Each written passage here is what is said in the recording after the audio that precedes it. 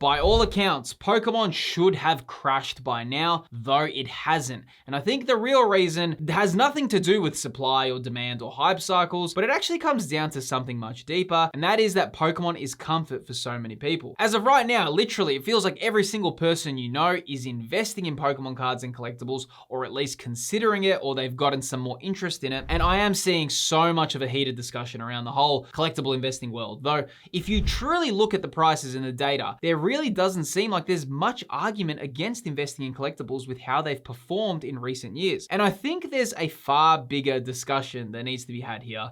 And one of the reasons that I'm kind of thinking, especially for millennials and Gen Z, and I'm saying this as I'm on the cusp of Gen Z and a millennial, right? I kind of have come to the conclusion that Pokemon isn't just a hobby. I actually feel collecting Pokemon cards and connecting with it actually connects to a version of life that feels really safe for people. And that emotional anchor is very, very difficult to remove for people. And honestly, real talk, if I can just be honest with you all, some of the biggest anchors to me feeling safe, they're just so simple. It's collecting cards. I love playing video games and some of the video games I grew up with and new video games. Love keeping fit, going for a surf, and I love spending time with my friends and family. And that's it for me. I'm gonna be real with you. Like when I'm collecting Pokemon, or even if I'm playing like Pokemon Pocopia, how I have been, or just sitting there with my wife and daughter, I actually feel super safe. Childhood me should be proud if it sees me today with that. I honestly think the reason why Pokemon hasn't crashed is that it just holds too much of a special anchor for so many people. And that's why I suppose in this video, I wanna go over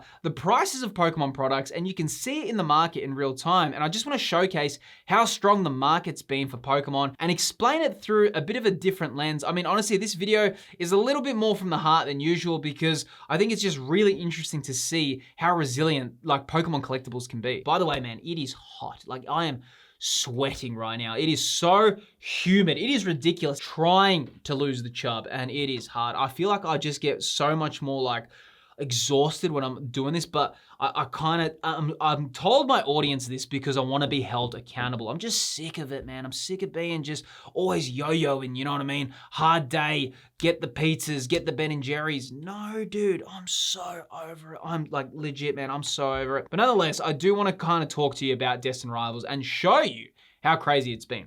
So right here, Destined Rivals was selling for $249. And you can see right now that Destined Rivals had a bit of a high for $559 and right now dropped to $522. Nothing too substantial. It's still held quite well in the market, but we can really see that Pokemon cards are being so resilient in the market right now.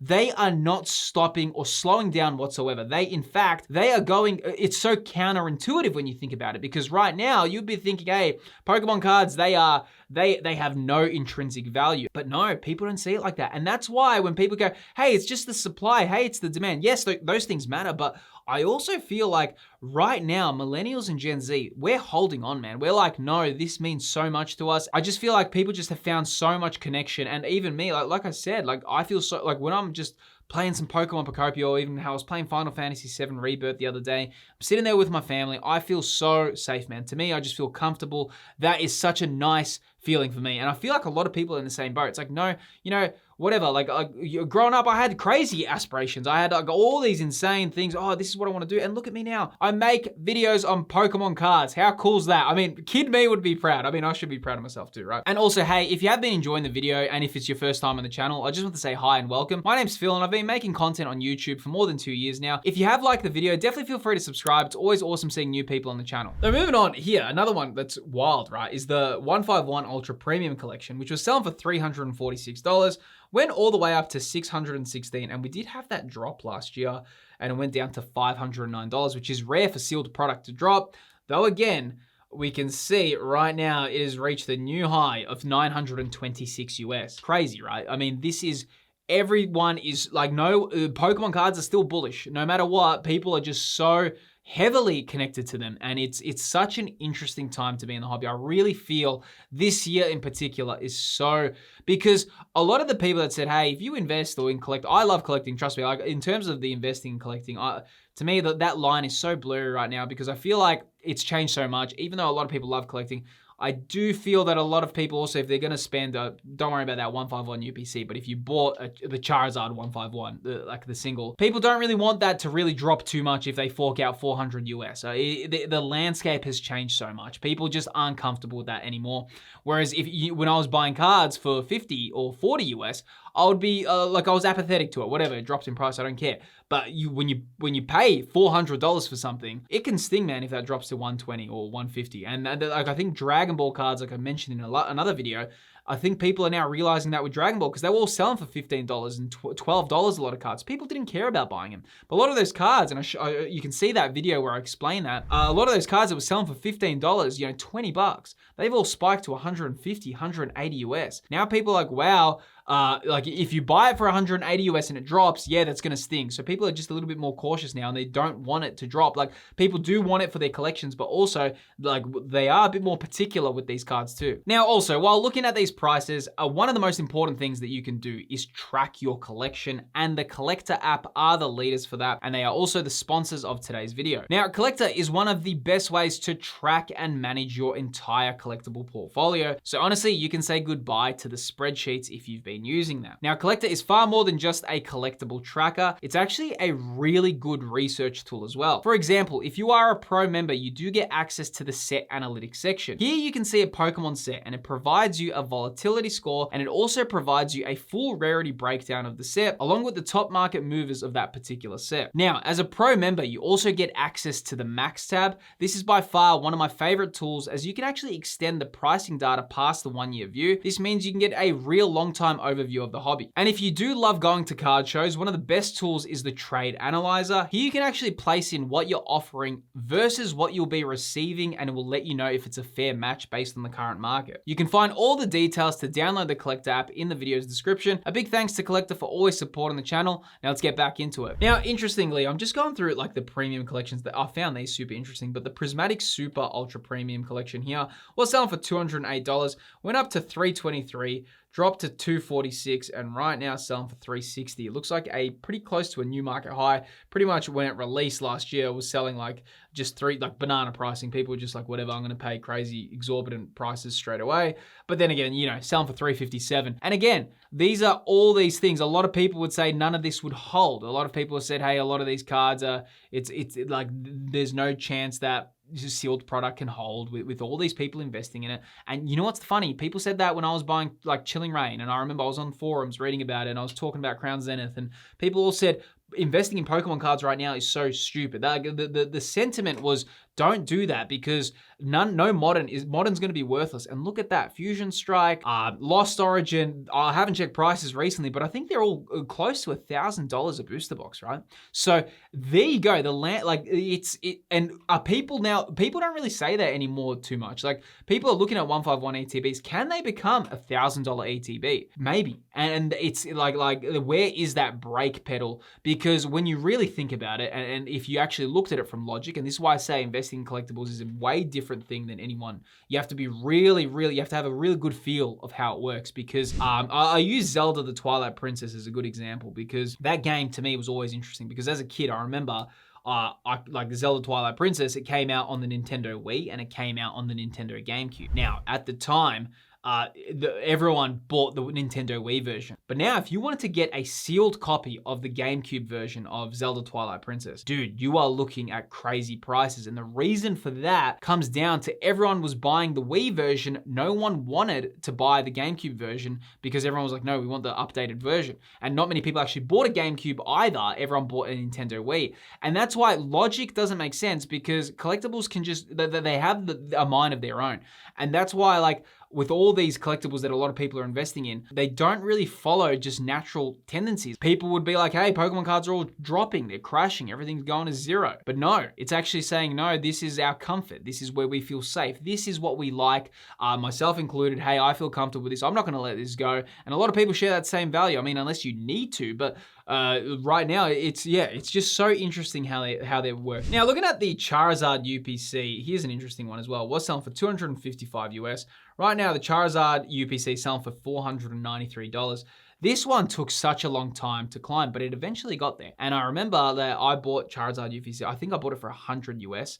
or like maybe a little bit more than that, 105 or 110. I can't remember off the top of my head, but I bought it like super good pricing, right? And I remember when I bought it, I just thought, wow, this has like, you know, Evolving Skies packs in it. It's got Fusion Strike. It's got, I think it even has Lost Origin in it. It has so many good packs, but again, it wasn't moving in the market. But now we can see that the Charizard UPC is definitely a very loved product. But yeah, we can see that the market, a lot of these things are climbing. Phantasmal Flames is climbing.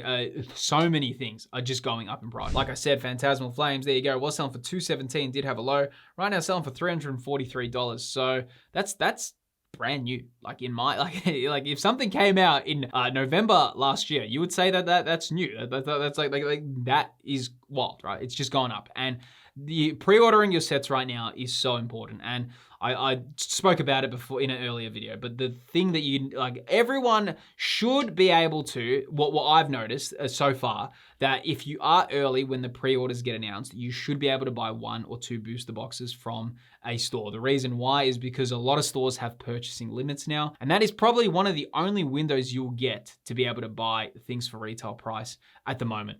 Unless maybe Perfect Order, that probably will be a bit of more of an average set. Maybe you'll have more opportunity there. But then with sets like Chaos Rising coming out and future sets, if we have another like Skies set, like an Evolving Skies, something else like that, or if we have another set like Pokemon 151, but for Generation 2, for the Johto region, forget about it. You know what I mean? It's going to be really tough to get those sets. Now, interestingly, Surging Sparks was selling for $290, went down to $224. Right now, selling for $248.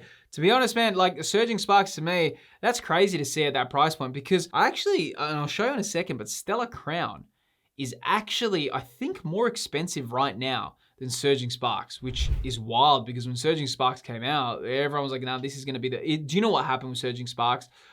The Scarlet and Violet era wasn't that crazy at that time. It wasn't that exciting. It started heating up with Surging Sparks. But seriously, as soon as Surging Sparks released, then you had Prismatic Evolutions, then you had Destined Rivals, you had Black Bolt, White Flare, and you had the Mega Evolution era. It kind of was a bit of a victim of just having such more quality after it, like Vivid Voltage as well. Vivid Voltage was never that good, but yeah, then once you had the sets in Sword and Shield with all the alternate arts, no one even cared about anything from Vivid Voltage or before. And Surging Sparks, I kind of feel like was that crossroad between when the Scarlet and Violet era got really, really good and everything before wasn't that good besides 151.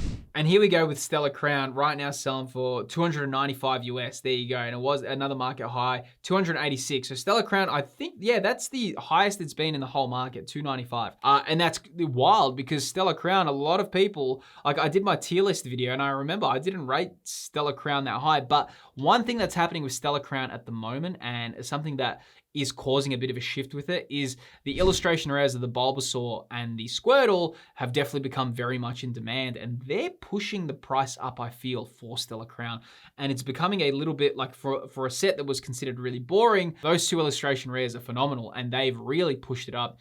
And it's, yeah, like the market right now is just changing, but it's so funny how Pokemon cards are actually now climbing once again. And this is logic. If we thought logically, everything right now would be just having a massive drawback. Everything would be crashing. That might happen. It definitely could. I mean, like no one's to say that these things are going to continue climbing indefinitely, but the thing with Pokemon, why it's so different, and like even when I like collect, say Dragon Ball, I know Dragon Ball doesn't have that much youth coming into it anymore. Like the kids don't care about Dragon Ball, whereas people are obsessed with Pokemon, like all ages, whether it's the Millennials, whether it's Gen Z, whether it's even the younger generations right now, they're all getting built into that Pokemon world. And once they're in, they care about it. And even with Pokemon Pocopia, that's gonna have a big effect on the TCG market because that's bringing in all those people that loved Animal Crossing, all those cozy gamers. Well, guess what? Pokemon's just released a game that is an S tier cozy game for those gamers.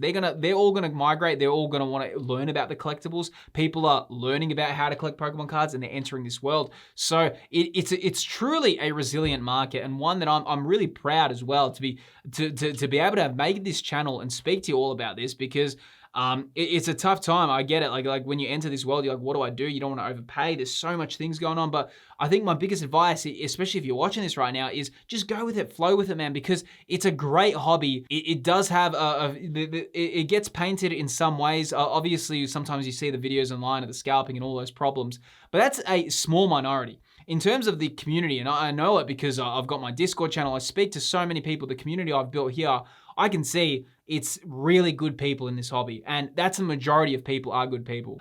The bad, it makes such a big spotlight, and then it's just like, oh, it looks tainted. But it's not like that. It's actually a really good hobby with a lot of people, and I think this connection to our childhoods and then this connection with just Pokemon in general and just with our nostalgia, it's really powerful, and we can see that right now. I think now is a telling time for this because we can see people are holding on to Pokemon strong right now, and they're saying, hey, this is a real connecting point, and it's something that unites us as well. And it's an incredible hobby. And if you have joined, welcome to the channel. Honestly, it's always amazing seeing all of you come and definitely talk with the community, build those connections because, like I said, right now we need more things to connect us than anything to pull us apart. So it's definitely an amazing hobby to be a part of. But you know, with all of this, I think a lot of people, and they ask me a lot, like, hey Phil, how would you invest in Pokemon if you started today? Because obviously it's a completely different landscape. We'll actually cover that in this video on screen right here.